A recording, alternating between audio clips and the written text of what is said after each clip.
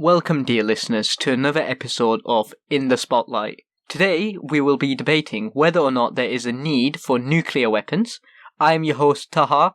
I'm joined by Hamza. Hi. Abdulwasi. Hi. Alyasa. Hello. And finally, Yahya. Hi there. Right, so I'm going to start off with Yahya. So what is your point of view on this topic in regards to whether we need nuclear weapons or not? Yeah, thanks for that, Taha. So, my point of view is that we have nuclear weapons in the world today, but everyone's focus should be in disarming them and getting rid of them. And the end goal of any kind of treaty or any kind of progress that people want to make or countries want to make should be towards the complete abolition of nuclear weapons. I would argue that actually we probably still do need nuclear weapons. It's going to be very unlikely that countries actually agree to disarm. It gives them such a significant advantage over other countries.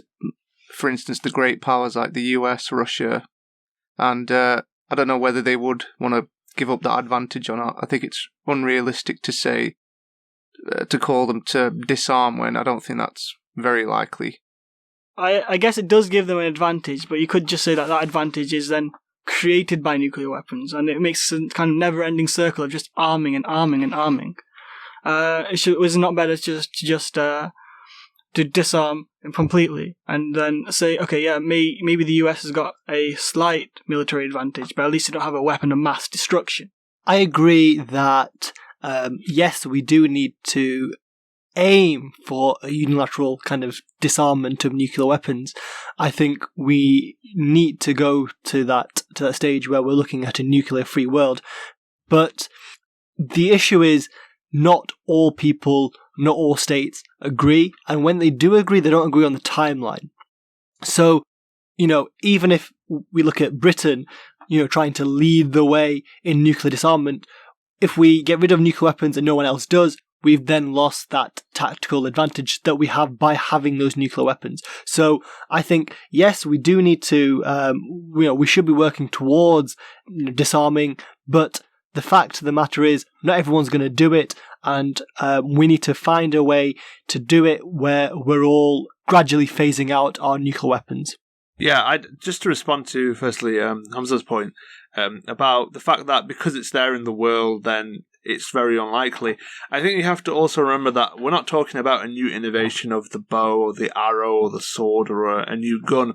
We're talking about something which doesn't discriminate, and I think that's the key thing in this. Throughout the whole of history, people have fought wars and battles, okay? So, and we all study history and we all know that war is part of society. But nuclear weapons takes the line of war and blurs it astronomically, because war has always been, before the last century, a matter of just soldiers fighting soldiers. And okay, yeah, you had the sacking of villages and cities, but in terms of the actual war itself, it was us soldiers will fight it out and the winner takes the spoils. Nuclear weapons is so indiscriminate, where it kills so many people, innocent civilians, that it just can't be seen as something which is used in war and battle, because battle is something where me and the enemy go against each other. Yeah, I completely agree as well. Just to add to that point, do we need nuclear weapons? Well, not really. Normal conventional weapons, like Tsar Bomber, they do an amount of damage to an enemy nation that they can't recover from anyway, okay? Nuclear weapons is just overkill. You've passed that threshold already with the most powerful non-nuclear bombs. What nuclear weapons does actually, it does increase civilian casualty. It makes it more of a total war, rather than just a limited warfare against civilians. And not only that, the amount of radioactive fallout that comes from that then has implications across the entire globe. There's no need for those nuclear weapons. So one point that I'd like to ask you, Yahya, is wouldn't you say that countries that do have nuclear weapons, and the fact that that threat is there, wouldn't you say that prevents some wars from happening? Because they know that if they do go past the point and both sides use these nuclear weapons, there's going to be a lot of destruction. So wouldn't you say people are a lot more cautious when it comes to, obviously, their problems and things like that? That's a good point, definitely, but I'd say it's kind of a double-edged sword, and the way that can be a negative is very astronomically bad. So, for example, the US has, or US or Russia, they have lots of nuclear weapons. They're the top two, right?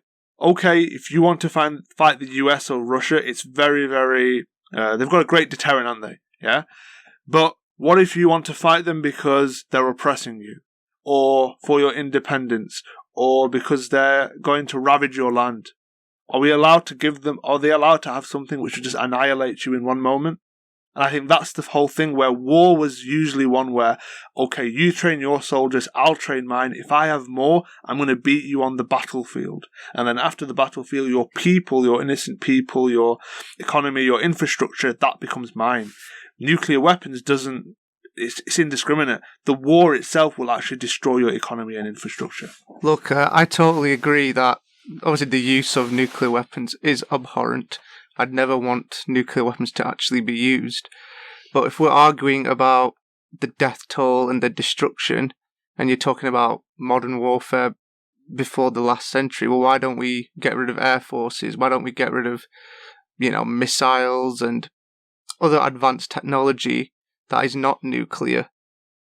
Why is nuclear weapons so abhorrent, but then other methods of modern war is not? So either nuclear weapons should go, but modern weaponry should stay. That doesn't really make sense. Nuclear weaponry obviously does increase that scale, but then just look at the totality of the First and Second World Wars, where obviously bar Japan, the war was still destructive. So are you calling for those weapons to be destroyed now and we should return back to sword and shield? I mean, that's never going to happen. As society has advanced and the modern world, technology is going to increase and develop, modern weaponry is going to develop, and it is going to cause this death and destruction. It happened from, the sword and shield to the cannon. So I think it's a bit unrealistic to say that, getting rid of nuclear weapons and the destruction of it while keeping modern weaponry, it doesn't really make sense in that regard. I think the kind of step up from sword and shield to cannon is a bit of a false example, because a cannon isn't nearly as destructive as a nuclear weapon. Compared to a sword, okay, the cannon to the sword, that step up was not as great as, say, a gun or a normal bomb to the fat man or the big boy. Okay, that was dropped. Okay, it was nuclear weapons are. In response to your argument that, why don't we just get rid of all weapons? Okay, maybe we should, maybe we shouldn't. Okay, but nuclear weapons are so destructive. They're such a great step up in terms of destructive power, and there's not much you can do against an ICBM flying towards your country other than fire one back, if you even should do that. That's why there is no need for nuclear weapons. Nuclear weapons should be disarmed, because they're just so powerful, just so unable to be defended against, that it just causes misery for humanity, anyone involved in that situation.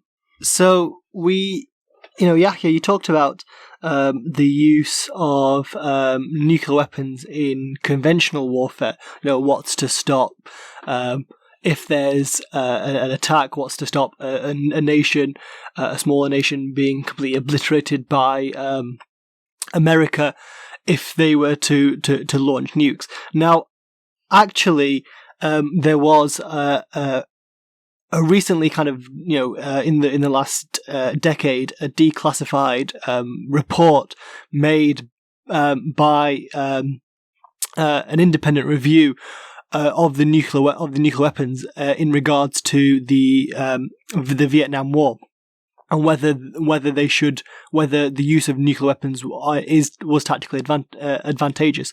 And actually, that report came up saying, look, if we use nuclear weapons on smaller countries, then actually we open a Pandora's box of those countries using nuclear weapons back on us. And if, say, for example, they were to use nukes in Vietnam to destroy the Viet Cong, they would be irradiating a jungle area with kind of a small population density. Now, if the Viet Cong now probably getting nuclear weapons from Soviet Russia, if they were then to retaliate and use those nuclear weapons back, they would be hitting on big cities, areas which would cause kind of more loss of life on the American side. So actually, the use of nuclear weapons in conventional warfare is seen to be tactically limited. They're there for a deterrent, and that's the biggest thing for nuclear weapons, is that they are a deterrent. If they needed to be used against big superpowers, such as North Korea, China, if we're looking at the Western countries, but vice versa for the Eastern countries, they are a pretty powerful kind of deterrent for these big countries. Yes, they are a deterrent. Okay, but that's okay. So let's take that. Okay, they're a deterrent against big countries. America won't attack Russia. Russia won't attack anyone else because nuclear weapons, a whole World War III kind of thing. Okay, well, what happens when these nuclear weapons fall into the wrong hands? I can't tell you how many nuclear weapons that America has lost. Like, they're active warheads. They just lost it. Okay. They don't go like anywhere. Someone's got them, okay? All these nuclear weapons America's lost, okay? That's just irresponsible. What if it does fall into the hands of some terrorists, okay? These guys don't have anything to lose. They don't have a country to worry about. They've just got an agenda they need to push. And if that agenda, if no one listens to it and they have to fire a nuclear weapon, don't you think they will? In my next example, I won't be talking about like nuclear weapons, but I'm talking about, say, radiation, okay? There was a London subway bombing, okay? It was being planned in the fact that someone was using a conventional bomb, but he was strapping like loads of, I think, americium to it, okay? Would have caused radiation to come throughout the entire city because of the underground, okay? What if that had occurred? Imagine how many people would have been damaged, and that's just by the radiation. Imagine someone in Britain gets nuked, okay, by a rogue terrorist group. Imagine the entirety of Britain now facing radiation poisoning. Okay, but how is a worldwide nuclear disarmament? If everyone, obviously, we're looking at how is it that if, say, Britain gets rid of its nukes, how does that prevent those terrorist forces from using it? It doesn't. They'll still use it. They can still have it. So actually, our disarmament is actually putting us on the back foot globally. Okay, right. Two things. First of all, nuclear disarmament would lead to a reduction of the risk of these terrorist forces gaining nuclear weapons, because if there's less nuclear weapons and they're properly disposed of, then there's less for them to potentially get hold of. You're not making any more. And my second point is nuclear weapons aren't, I got a bigger stick, you got a big stick, okay, let's fire it out, okay? If they fire a nuclear weapon at us, firing another nuclear weapon back at them isn't going to stop that weapon from not being fired. We can't hit it out of the sky, do you see? There's no a win-win situation when someone fires a nuclear weapon, because you can't do anything except fire one back in hopes of retaliation. Okay? A bit like, okay, you destroyed my castle, okay, I've got no castle, I'm just going to destroy you as a last-ditch attempt, for no reason whatsoever. But in the recent we just look at recently, we've had terrorist groups like Al-Qaeda, ISIS, why have they not used nuclear weapons on us? If it was that easy, if that was that simple to do. I'm not saying that they have nuclear weapons. I'm saying that there is a big possibility that these rogue groups could get them. As long as more and more are being created and there's the whole situation. Okay, if someone says, oh, I've got a nuclear weapon, suddenly we're going to start listening to them because, you've got nuclear deterrents and stuff like that, right? We're going to start listening to them because they've got a nuclear device. I'm not saying they have it right now, like ISIS and Al-Qaeda.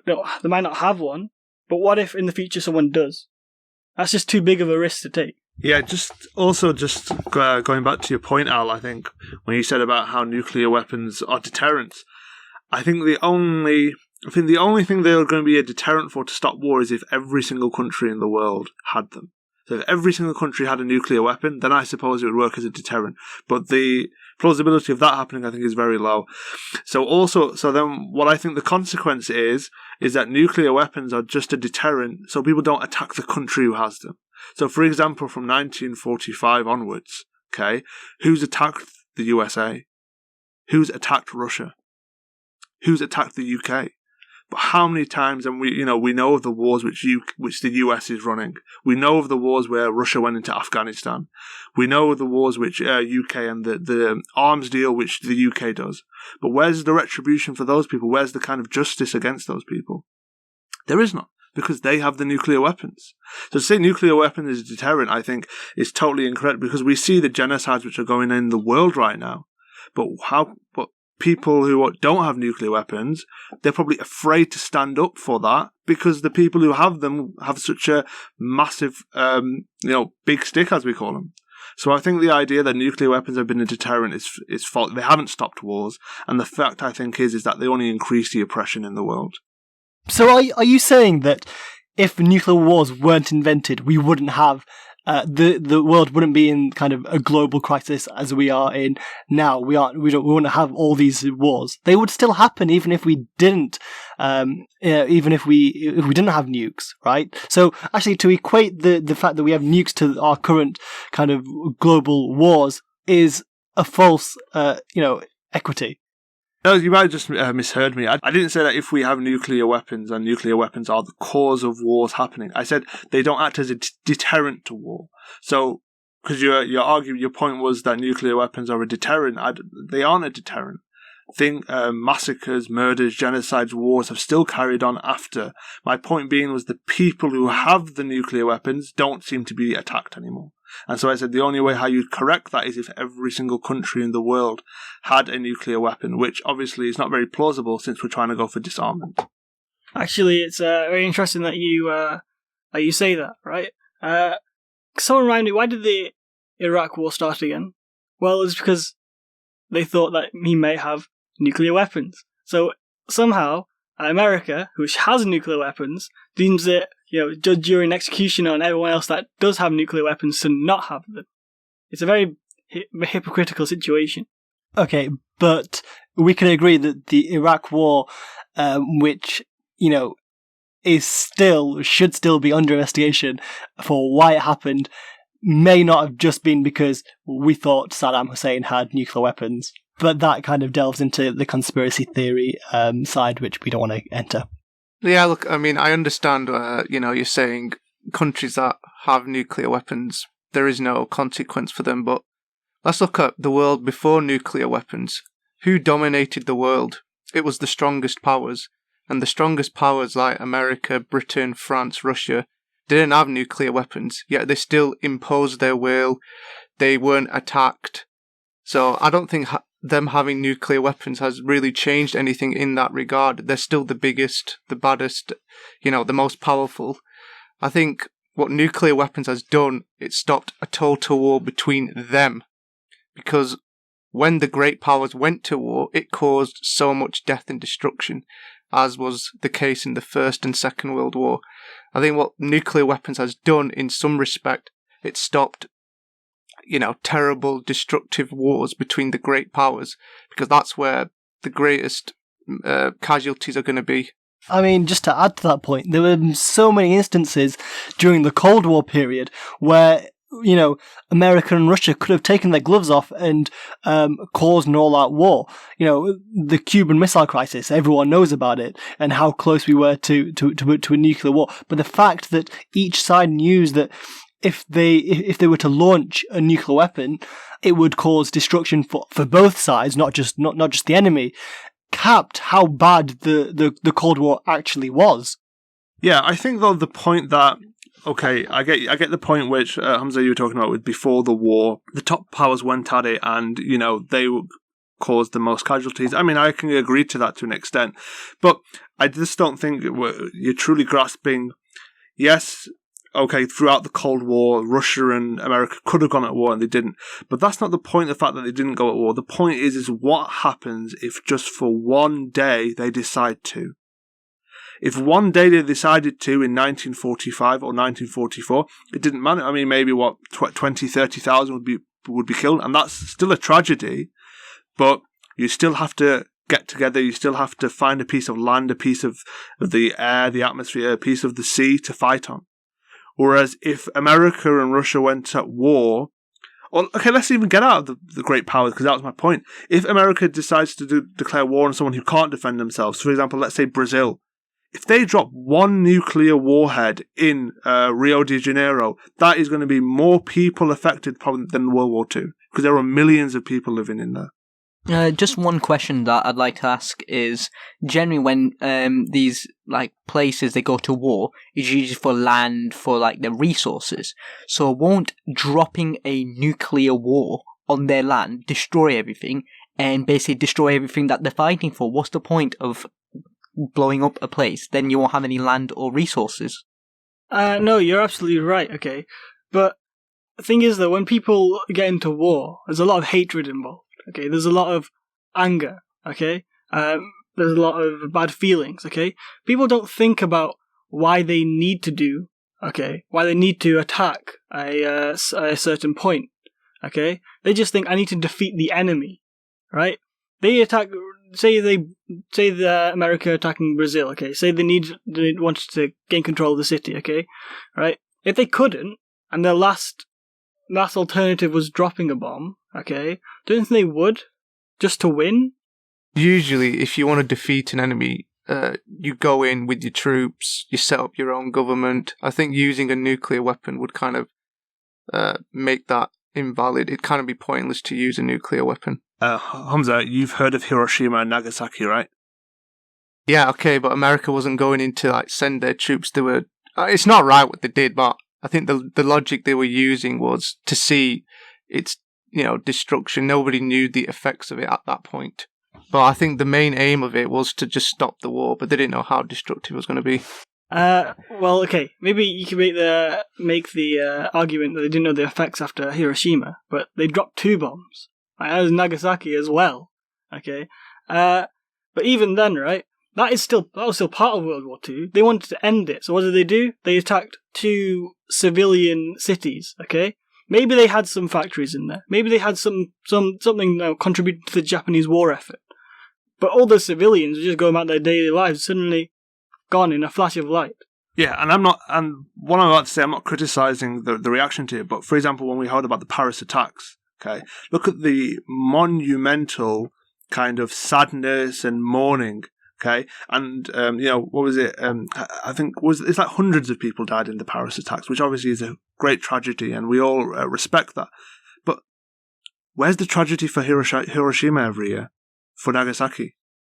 Yeah, one point that I did want to make was, after what America obviously did to Hiroshima and Nagasaki, what real repercussions did they actually face after they did that? So after they did what they did to, obviously, those places, what happened to them? Well, yeah, I mean, that just feeds into my argument with the fact that the people who have the nuclear wars just seem to be the grand powers now.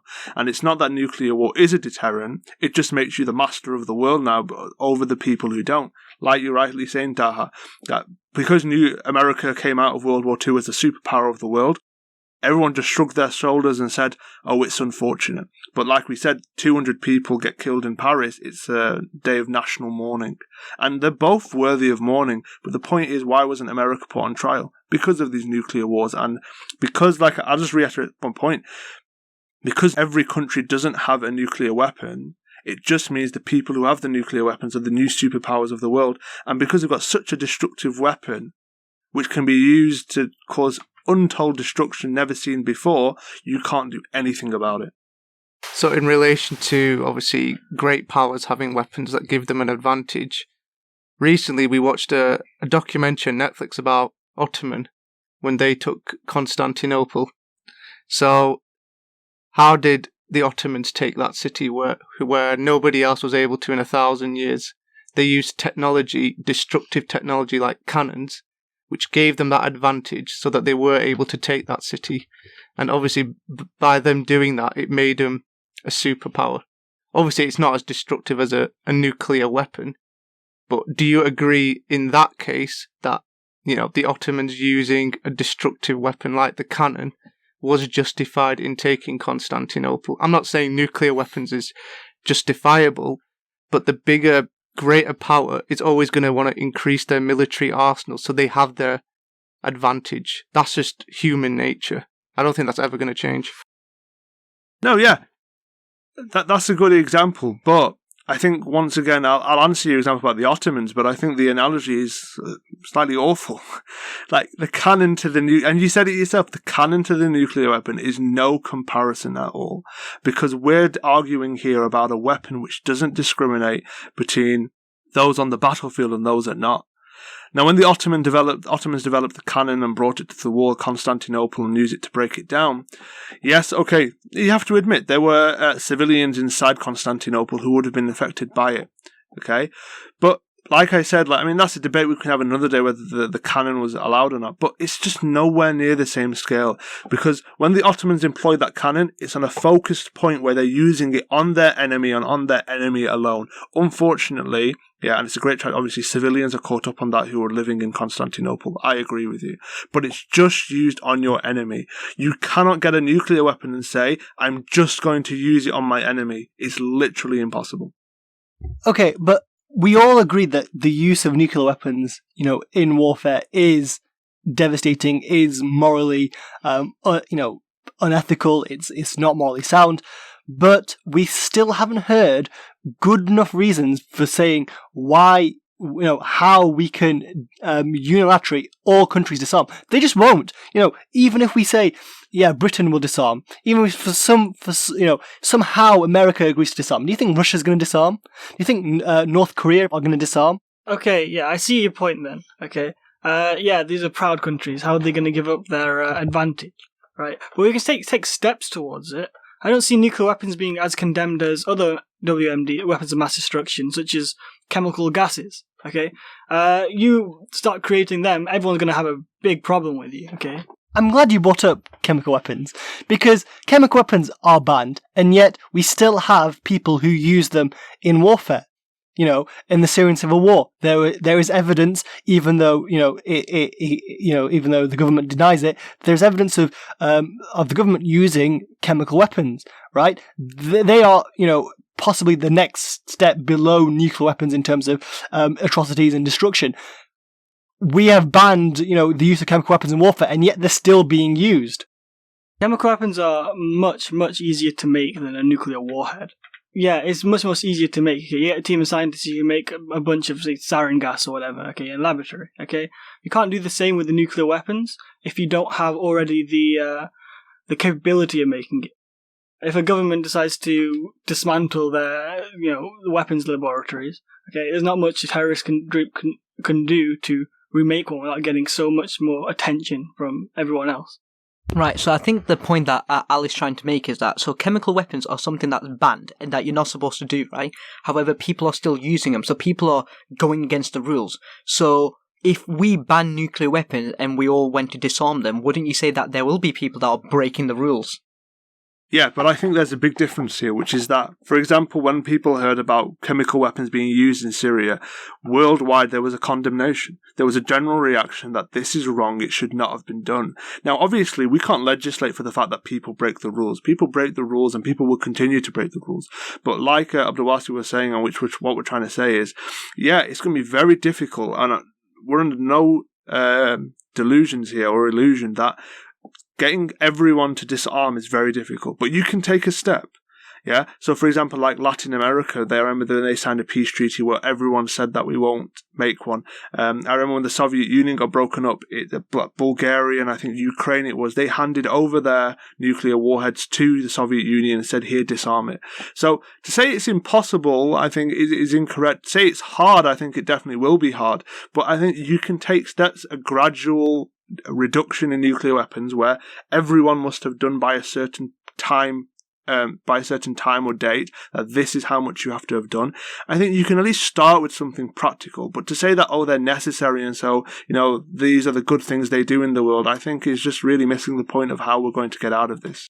Look, I agree. I don't think nuclear weapons should be in the world because of the consequences of if someone does use it. But let's just say every country does disarm. There is no more nuclear weapons. Aren't the richer countries, the more advanced countries, going to increase their military technology to such an extent that it causes more death and destruction? Where's the threshold to stop, countries creating weapons where they're not nuclear, but they're just as bad? yes, I mean, I do want nuclear weapons to be gone. They are a threat to the world, but it's just unrealistic. How far do countries go? Because they always want to advance their technologies. They're doing it all the time, every year. What's the threshold to creating nuclear weapons that are as destructive or just as less? Where's the barrier in that? Nuclear weapons aren't some sort of David and Goliath great leveler of the warfare field, because only really rich countries can make nuclear weapons. All the other countries are still getting stomped on by all these rich countries without using nuclear weapons. Okay, nuclear weapons adds this an added destructive capability. Like, what if it goes that far? Okay, and it's not out of the realms of possibility that it goes that far. So it might be a silly point to make, but I just want to say, so one of the reasons for everyone disarming nuclear weapons is, I guess, is to level the playing fields as well, right? What if you gave everyone nuclear weapons so they have that threat to fight back as well? Do you think that will restrict some of the countries? Like, if everyone had nuclear weapons, do you think that might help?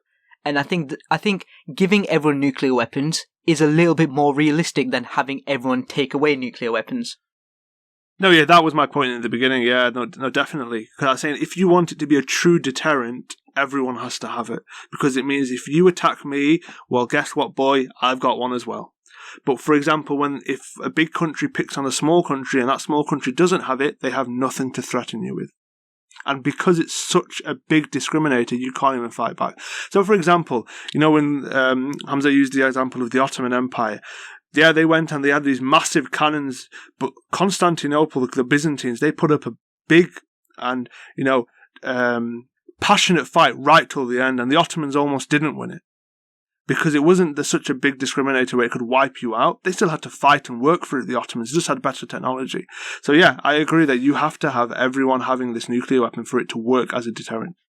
Right, okay, obviously, countries using a nuclear weapon will give them, such a distinctive advantage, as you said.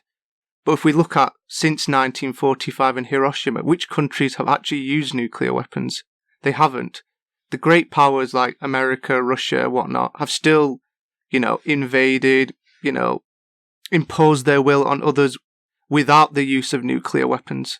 What difference does it make if they still have them that, they can't still impose their will? I think, even like a country like Pakistan, which does have nuclear weapons, America can still impose its will on Pakistan, say, even though it has nuclear weapons.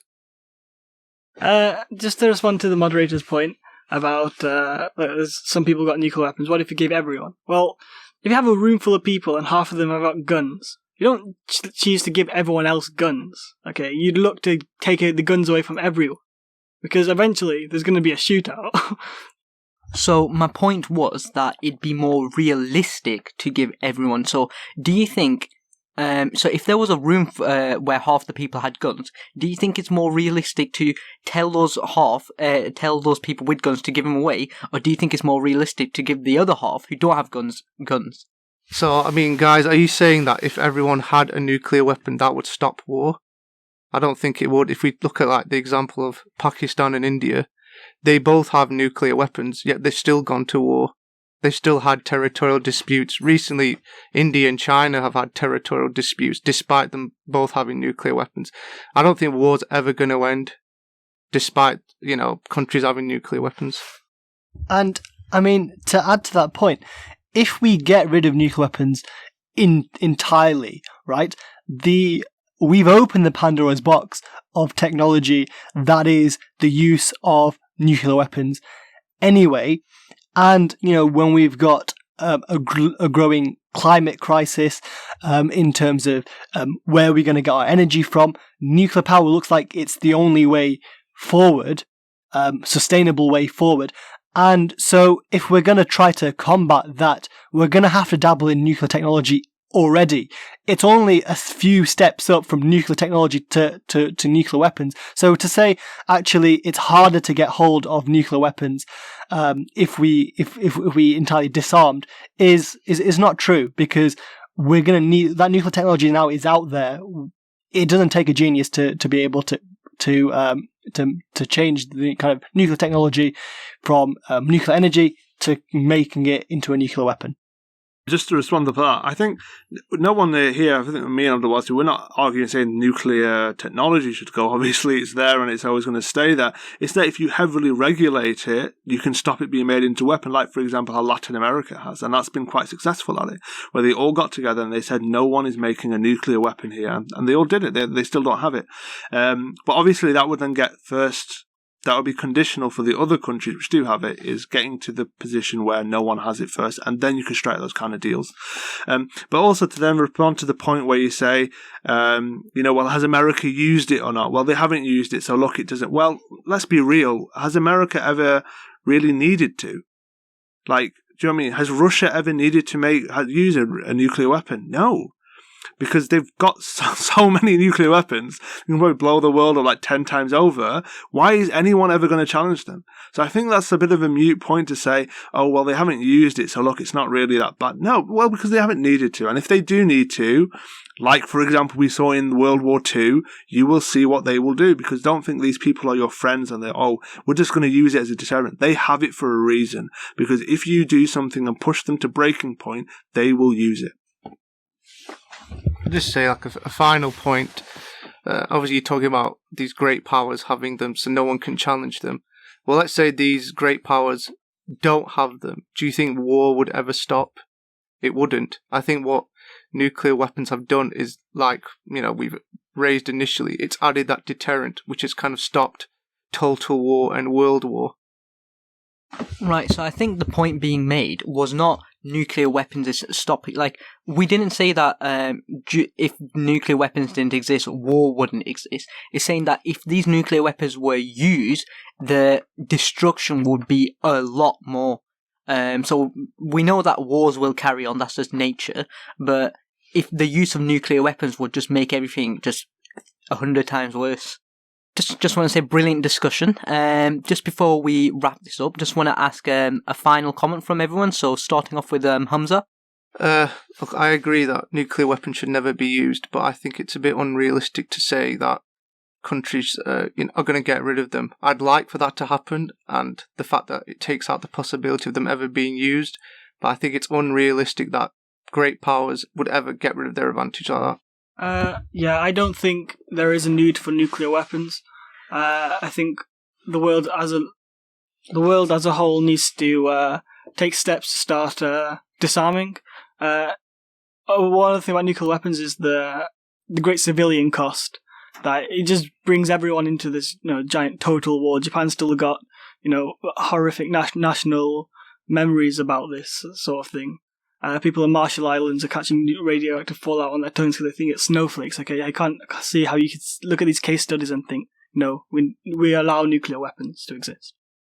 Yeah, I mean, look, as we've said, nobody is going to just sit here and justify, yes, we should use nuclear weapons in warfare.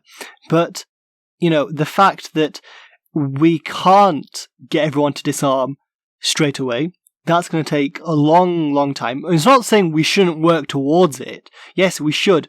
But let's wake up to the reality here. Not everyone's going to do it. If we set a time limit, people are going to push towards the time limit as far as possible. And, any government working to a time limit always go by. There was, into 2015, there was a huge debate about whether we should renew Trident or not. And some of the arguments were saying, look, Britain needs to lead the way in nuclear disarmament. Look, even if Britain did, it wouldn't make a difference on the world stage to a nuclear weapon. So yes, we have to all be working towards a nuclear weapon free world, but it's not going to happen overnight. It's not going to happen, even in the next decade. And to think that, if a country wants to start to lead towards nuclear disarmament, it's going to have a knock-on effect. It's not.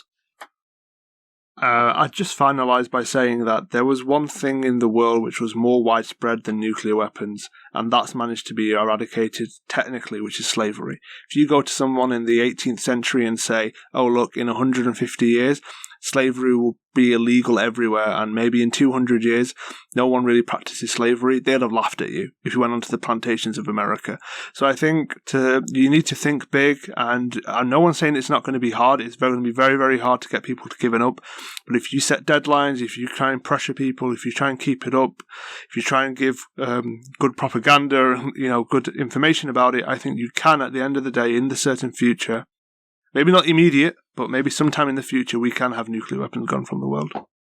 Right, so just want to say thank you very much for listening to this episode. If you're listening to this on YouTube, please like, comment and subscribe.